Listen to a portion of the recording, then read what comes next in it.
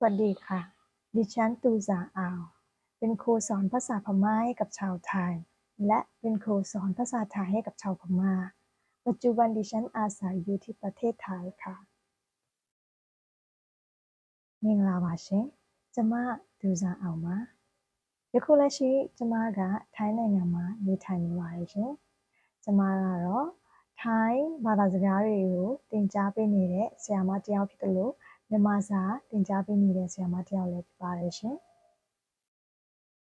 วันนี้ดิฉันอยากจะมาชี้แจงเรื่องเกี่ยวกับตำราเรียนภาษาไทยเล่มนี้ที่ดิฉันเป็นคนเขียนขึ้นมาเอง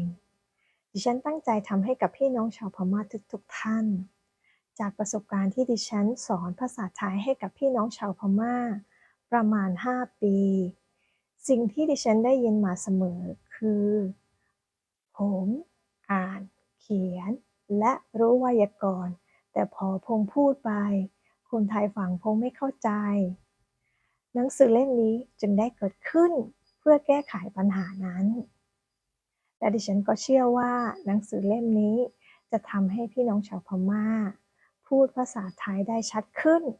ประมาณ 70-80% ค่ะถ้าถามว่าทำไมไม่ได้ 100% ล่ะทุกท่านก็พอจะทราบคำตอบอยู่แล้วใช่ไหมคะเราไม่ใช่เจ้าของภาษาฉะนั้นเราไม่สามารถพูดได้ชัดเหมือนเจ้าของภาษาส่วนตัวดิฉันเองก็ได้ไม่ถึง 100% หรอกค่ะဒီနေ့ကျမပြောပြချင်တဲ့အကြောင်းအရာလေးကတော့ကျမကိုယ်တိုင်ထုတ်ထားတဲ့ဒီထိုင်းစကားပြောသင်ယူညွှန်းနှန်းစာအုပ်နဲ့ပတ်သက်တဲ့အကြောင်းအရာလေးပဲဖြစ်ပါတယ်ရှင်ကျမကဒီစာအုပ်ကိုမြန်မာညီကိုမောင်မတွေအတွက်ကိုတီးသန့်ထုတ်ပေးထားတဲ့စာအုပ်လေးပဲဖြစ်ပါတယ်ထုတ်ပေးရတဲ့ရည်ရွယ်ချက်ကတော့ကျမသင်ကြားခဲ့တဲ့9 နှစ်တစ်လျှောက်မှာကျမအမြဲတမ်းကြုံတွေ့နေရတဲ့စကားလေးတစ်ခုရှိပါတယ်အဲ့ဒီစကားကတော့ကျမတို့ထိုင်းစာရေးတတ်တယ်ဖတ်တတ်တယ်ပြောတတ်တယ်ဒါပေမဲ့ပြောလိုက်တဲ့အခါမှာထိုင်းတွေကကျွန်တော်တို့ပြောလိုက်တဲ့ကျမတို့ပြောလိုက်တဲ့စကားကိုနားမလည်ဘူးဆိုတဲ့ပြဿနာကိုဖြေရှင်းရအောင်အတွက်ဒီစာအုပ်ကိုထုတ်ပေးရခြင်းပဲဖြစ်ပါတယ်ဒီစာအုပ်ထဲမှာပါတယ်သင်္ကေတအချက်အလက်ဖတ်ပုံဖတ်နည်းတွေကိုလေ့လာမယ်ဆိုရင်အတန်အတွက်က80ကနေ80%အထိပြီးမယ်လို့ယုံကြည်ပါတယ်ရှင်။ဘာကြောင့်100%အထိမပြီးတာလဲလို့မေးမယ်ဆိုရင်အားလုံးသိပြီးသားဖြစ်မှာပါ။ကျမတို့ဒီ native speaker မဟုတ်တဲ့အတွက်100%ပြီးတတ်ပြောနိုင်မှုဆိုတာကခဲရင်ပါတယ်ရှင်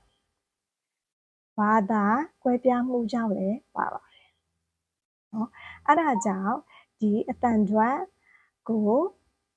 အဓိကထားပြီးတော့ထုတ်လုပ်ပေးထားတဲ့စာအုပ်လေးပဲဖြစ်ပါတယ်ရှင်ต่อไป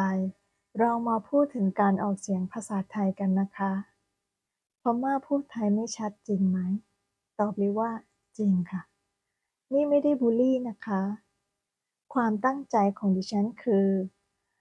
อยากจะช่วยให้พี่น้องชาวพม่าพูดภาษาไทยได้ชัดขึ้นกว่าเดิมค่ะเรามาดูปัญหานี้กันนะคะว่าทำไมคนพม่าถึงพูดไทยไม่ชัด 1. โทนเสียงในภาษาพม่ามีแค่3 เสียงแต่ในภาษาไทยมี5 เสียงใน5 เสียงนี้เสียงที่ออกยากสำหรับพี่น้องชาวพม่าคือเสียงจัตวาลงและขึ้นนะคะเสียงลงและขึ้นและเสียงโทเสียงขึ้นและลงนะคะ 2. ตัวสะกดในภาษาพม่าถึงแม้มีเหมือนภาษาไทยแต่เวลาอ่านจะไม่เน้นตัวสุดท้ายที่เป็นตัวสะกดดูตัวอย่างกันนะคะตัวที่1ละกะตาละนะคะสักครู่นะคะละกะตาละนะตัวสะกดเทียบกับในภาษาไทยคือกอไก่นะคะ เวลาคนไทยอ่านคือลักลักลงท้ายด้วยกอลักแต่ของพม่าและนะคะตัวที่สองลาปะตาและเห็นไหมคะไม่ว่าตัวสะกดชนิดไหนพม่าก็ออกเสียงเหมือนกันอ้าปากค้างเหมือนกันนะแต่ในภาษาไทยถ้าเป็นตัวที่สองอ่านว่ารับใช่ไหมคะต้องปิดปากใช่ไหมคะแต่ภาษาพม่าไม่ปิดและมาดูตัวที่สามค่ะล่าตะตะและเห็นไหมคะทั้งสามตัวเนี่ยออกเสียงเหมือนกันหมดนะคะแต่ของภาษาไทยรัดรัดลงท้ายด้วยดอเด็กรัดแต่ของพม่าและและและอย่างเดียวนะคะมันคือปัญหาที่คนพม่าพูดไทยไม่ชัดเพราะตัวสะกดนี้นี่เองค่ะ 3. เราไม่สามารถถอดเสียงภาษาไทยมาเป็นภาษาพม่าอย่างตรงตัวอักษรได้ หากถอดเสียงตรงตัวอักษรจะทำให้คำออกเสียงบางคำเพี้ยนไป อย่างเช่นคำว่าพูดนะคะพูดในภาษาไทยพอพานนะพอพานเทียบกับภาษาพม่าคือพาเอาโทสระอูเสียงยาวใช่ไหมคะสระเสียงยาวเทียบกับภาษาพม่านัดเช้าเงนะคะตัวสะกดแม่กดนะคะของพม่าคือด้าดุยดาแตะพาเอาโทนัดเช้าเงอ่านว่าภูตัวสะกดดาแตะพูดพูดพูดนะคะนี่คือตรงตัวอักษรนะคะดิฉันจึงเปลี่ยนเป็นพาโอโทตะเช้าเงดาตะพาโอโทตะเช้าเงออกเสียงว่าผู้ผู้ตัวสะกดคือดาตะอ่านว่าพูดเสียงใกล้เคียงกันนะคะดังนั้นดิฉันจึงไม่เอาตรงตามตัวอักษรดิฉันเน้นที่การออกเสียงเท่านั้นค่ะคำออกเสียงภาษาไทยบางคำไม่สามารถเขียนเป็นภาษาพม่าให้ได้ต้องมีตัวที่เป็นเครื่องหมายมาช่วยนะคะอย่างเช่นคำว่าชื่อถ้าเขียนเป็นพม่าต้องเขียนว่าค่าคุยเย่เย่ตะเช้าหญิงชู่ชู่ปากจูด้านบนของในคำศัพท์ตัวนี้ดิฉันเพิ่มเครื่องหมายเท่ากับไว้ให้เท่ากับเวลาเราออกเสียงไม่ต้องทำปากจูนั่นเองนะคะชื่อชื่อนะคะအခုဆက်ပြီးပြောပြသွားမယ့်အကြောင်းအရာလေးကတော့ထိုင်းအတန်တော်နဲ့ပတ်သက်တဲ့အကြောင်းအရာလေးပဲဖြစ်ပါတယ်ရှင်။ကျမတို့မြန်မာတွေကထိုင်းစကားပြောတဲ့အခါမှာထိုင်းစကားပြီလားလို့မေးရင်မပြီပါဘူးရှင်။ဒီလိုပြောရခြင်းကလည်းအထင်သေးပြီးတော့ပြောရခြင်းမဟုတ်ပါဘူးရှင်။ဘာဖြစ်လို့လဲဆိုတော့ကျမတို့ရဲ့မြန်မာညီကိုမောင်နှမတွေကိုထိုင်းအတန်အတွက်ပိုမိုပြီးတော့ပြည်ပြင်းစေခြင်းတဲ့အတွက်ပြောပြရခြင်းဖြစ်ပါတယ်။နော်။ဘာကြောင့်ကျမတို့ဒီထိုင်းအတန်အတွက်နော်ထိုင်းစကားပြောတဲ့အခါမှာအတန်အတွက်မပီတာလဲဆိုတဲ့ပြဿနာကိုကျမတို့ကြည့်ကြရအောင်နော်ပထမတစ်ချက်ကကျမတို့မြန်မာမှာဆိုရင်ထုံဆောင်အတန်ပေါ့နော်အတန်ကမြန်မာဘာသာလေ့လာတဲ့အခါမှာ 3တန်ပဲရှိတယ်နော်ကကာကာခခခ3တန်ပဲရှိတယ်ထိုင်းဘာသာမှာအတန်9တန်ရှိတယ်နော်အဲ့ဒီအတန်9တန်ကဘာတွေရှိလဲဆိုရင်အလဲတန်ရှိမယ်အလဲတန်ဆိုတာပုံမှန်လေးတွားရတဲ့အတန်တအားကြီးမပေးပြတ်လိုက်ဘူးနော်မြန်မာစကားတွေမှာမြန်မာတွေပြောတဲ့အခါမှာအတန်ပြတ်တွေများတယ်ဒါပေမဲ့ထိုင်းမှာအလဲတန်ဆိုရင်ဖြည်းဖြည်းလေးနဲ့ပုံမှန်လေးတွားရပါတယ်တအားကြီးမပေးပြတ်ရပါဘူးပြီးလို့ရှိရင်အမြင့်တန်ရှိတယ်ပြီးရင်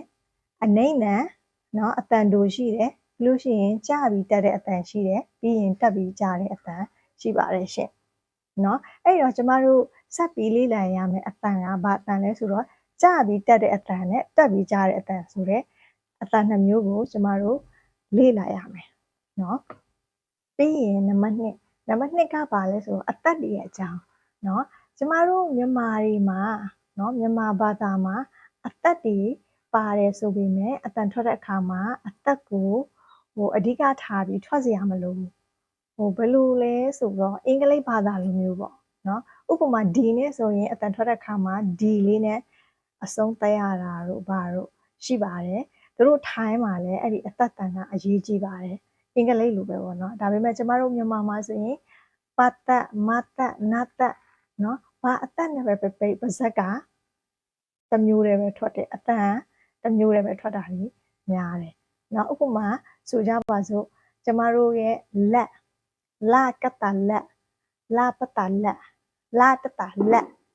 ဟုတ်လားလက်အားလုံးကအတန်ထွက်တဲ့အခါမှာပါဇက်ကိုဖွင့်ထားတယ်နောက်ပိတ်ကိုပိတ်စရာမလိုသူတို့ထိုင်းမှာဆိုရင်လာကိုကတ်တက်နဲ့သုံးနဲ့ပြီးဆိုရင်အနောက်ကနေကနဲ့ပိတ်ပြရတယ်ဥပမာ luck ပါဆောင်နဲ့ပိတ်တဲ့အသက်ဆိုရင် lap နော်ထိုင်းမှာဆိုရင်တော့ဘယ်လိုပြောမလဲ Macco ဆိုတဲ့အုပ်စုထဲမှာဝင်တယ်အဲ့တော့ပါဇက်ပိတ်ပြရတယ် lap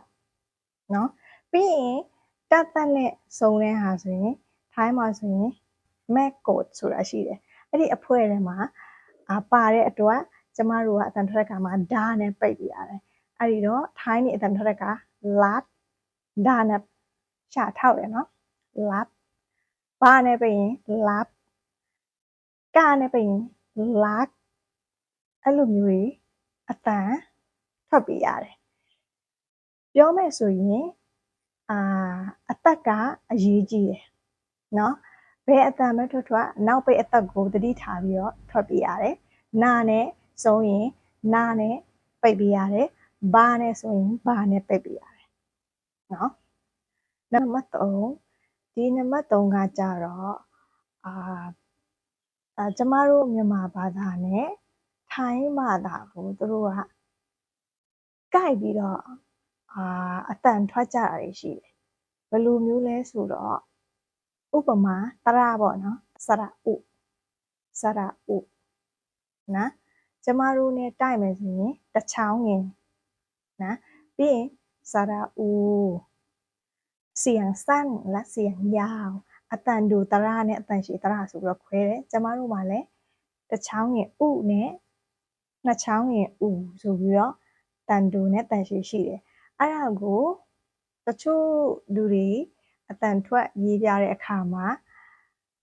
ထိုင်းဘာသာမျိုးတော့ဓာတ်ရိုက်သူတို့အဲ့လိုကိုက်ပြီးတော့ယူကြတာတွေရှိတယ်ဒါပေမဲ့နော်အဲ့လိုယူတဲ့အခါမှာတချို့အတန်တွေကြတော့အတန်ထွက်တဲ့အခါမှာလွဲသွားတာတွေရှိတယ်ဘယ်လိုစကားလုံးမျိုးလဲဆိုတော့ကြည့်ကြရအောင်နော်ဥပမာคำว่าพูดนะစကားပြောတာพูดนะဒီနေရာမှာဖော်ဖန်သူတို့စီကဖော်ဖန်ကကျမတို့စီကဖတ်အုပ်ထုံနဲ့ကိုက်ညီတယ်ပြီးလို့ရှိရင်ဆာရာအိုနော်ကျမတို့ ਨੇ ကိုက်မယ်ဆိုရင်နှစ်ချောင်းငင်ဟုတ်တယ်နော်ဖတ်အုပ်ထုံနှစ်ချောင်းငင်ဆိုရင်ဖူဖြစ်သွားပြီပြီးရင်အသက်ကပါလဲအသက်ကဒေါ်ဒက်ဆိုတော့ကျမတို့စီမှာဒတ်တက်နဲ့ပိတ်တယ်အဲ့ဒီတော့အတန်ထွက်တဲ့ခါမှာဖူဖြစ်သွားတယ်ဖူ မရဘူးเนาะအတန်တော့လွဲတယ်အဲ့ဒီတော့ကျမကဒီနှစ်ချောင်းငင်နေရာမှာနှစ်ချောင်းငင်မသုံးဘဲနဲ့တစ်ချောင်းငင်ကိုပဲသုံးတယ်တစ်ချောင်းငင်နဲ့သုံးမယ်ဆိုရင်အတန်တော့ကနီးစပ်ပါတယ်เนาะတစ်ချောင်းငင်ကိုကြည့်မယ်ဆိုရင်ဖအုတ်ထုတ်တစ်ချောင်းငင်ဖူးအနောက်ကဓာလေးနဲ့ပိတ်တော့ဖူးနော်အဲ့ဒါကြောင့်ဒီနံပါတ်3ကိုကြည့်မယ်ဆိုရင်လည်းကျမတို့ကထိုင်းဘာသာထိုင်းတရအတိုင်းလိုက်ယူလို့မရပါဘူးเนาะကျမတို့ရဲ့အတန်တွက်တွေကိုဘယ်လိုပြောမလဲဒီအတိုင်းထိုင်းဘာသာအတိုင်းလိုက်ယူမယ်ဆိုရင်အတန်တွက်တွေကွဲလွဲတတ်ပါတယ်ရှင့်နံပါတ်4ထိုင်းအတန်တွက်တချို့ကိုကျမတို့ကမြန်မာဘာသာနဲ့ရေးပြလို့မရဘူးเนาะအဲ့ဒီတော့ဘယ်လိုရေးပြရမလဲဆိုတော့ထိုင်းအတန်တွက်ရေးပြတဲ့အခါမှာကျမတို့တွေကသင်္ကေတလေးတွေပါထည့်သုံးပြီးတော့ရေးပြရတယ်เนาะဥပမာဆိုကြပါစို့ချစ်ဆိုတဲ့နာမည်ကိုကျမတို့ရေးမယ်ဆိုရင်ခါခွေရရင်တစ်ချောင်းရင်ချုနဲ့ရေးမယ်เนาะရှာနေရှာထားအတန်ထွက်ပုံထွက်နည်းအကုန်တူတယ်မတူတာတစ်ခုကချုဆိုရင်ကျမတို့ကနှကန်းကိုထော်ပါတယ်ဟုတ်တယ်เนาะချု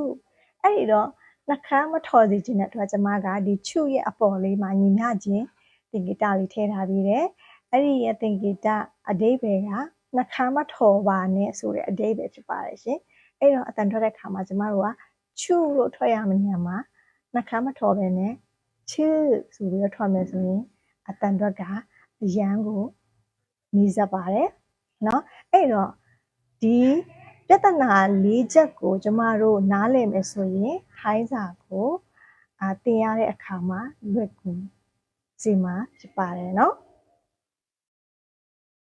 ท้ายนี้ดิฉันกราบขอบพระคุณอาจารย์วีรพงษ์วิสถานจากสถาบันวิจัยภาษาและวัฒนธรรมเอเชียมหาวิทยาลัยมหิดลมากๆค่ะดิฉันเป็นลูกศิษย์ของอาจารย์ค่ะอาจารย์เป็นอาจารย์ที่น่ารักมีคำถามหรือมีข้อสงสัยอะไรถามอาจารย์ได้ตลอดเวลาดิฉันได้เทคนิคการสอนจากอาจารย์เยอะแยะมากมายและบทเรียนที่ดิฉันรวบรวมไว้ในเล่มนี้มีแบบเรียนของอาจารย์ประกอบอยู่ด้วยค่ะต่อไปดิฉันขอบพระคุณคุณขวัญข้าวสังขพันธานนท์และคุณประภาพรปิยภัทรวรสกุล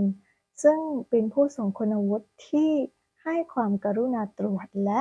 ให้คำแนะนำที่เป็นประโยชน์อย่างสูงต่อหนังสือเล่มนี้ขอบพระคุณมากๆค่ะส่วนคนสุดท้ายนี้ไม่พูดถึงเลยไม่ได้คนที่สำคัญที่สุดสำหรับหนังสือเล่มนี้เลยก็ว่าได้คนนั้นก็คือเป็นผู้เชี่ยวชาญด้านภาษาและวัฒนธรรมเมียนมาคุณสิทธิพรเนตรนิยมจากสถาบันวิจัยภาษาและวัฒนธรรมเอเชียมหาวิทยาลัยมหิดลนะคะซึ่งเป็นสามีผู้เป็นกำลังใจและให้คำปรึกษาด้านการออกเสียงมาโดยตลอดขอบพระคุณมากๆค่ะနောက်ဆုံးဒီစာအုပ်အတွက်အရေးပါတဲ့ပုဂ္ဂိုလ်เนาะဒီပုဂ္ဂိုလ်ကတော့မြန်မာဘာသာနဲ့ယဉ်ကျေးမှုဆိုင်ရာကျွမ်းကျင်ပညာရှင်တစ်ယောက်လည်းဖြစ်ပါတယ်ဆရာကမဟီဒွန်တက္ကသိုလ်ကဆရာတစ်ယောက်ဖြစ်ပါတယ်ဆရာကကျမရဲ့ဒီစာအုပ်ကိုပြီးတဲ့အထိကိုထိုင်းအတန်တွက်တွေနဲ့ဆိုင်တဲ့အကြောင်းအရာတွေကိုကူညီပြီးတော့ရှင်းပြပြီးတဲ့ဆရာတစ်ယောက်လည်းဖြစ်ပါတယ်အရန်ကိုအရေးပါတဲ့ပုဂ္ဂိုလ်တစ်ယောက်ဖြစ်ပါတယ်ရှင်ကျမကျေးဇူးအများကြီးတင်ပါတယ်ရှင်ဒါကတော့ဒီထိုင်းစကားပြောထိုင်းစာလေ့လာနေတဲ့မြန်မာညီကိုမောင်နှမတွေကိုကျမကနေပြီးတော့ပြောပြချင်တဲ့အကြောင်းအရာလေးပဲဖြစ်ပါတယ်ရှင်အားလုံးပဲကျေးဇူးတင်ပါတယ်ရှင်นี่คือสิ่งที่ดิฉันอยากจะบอกกับพี่น้องชาวพม่าทุกๆท่านขอบพระคุณมากๆค่ะ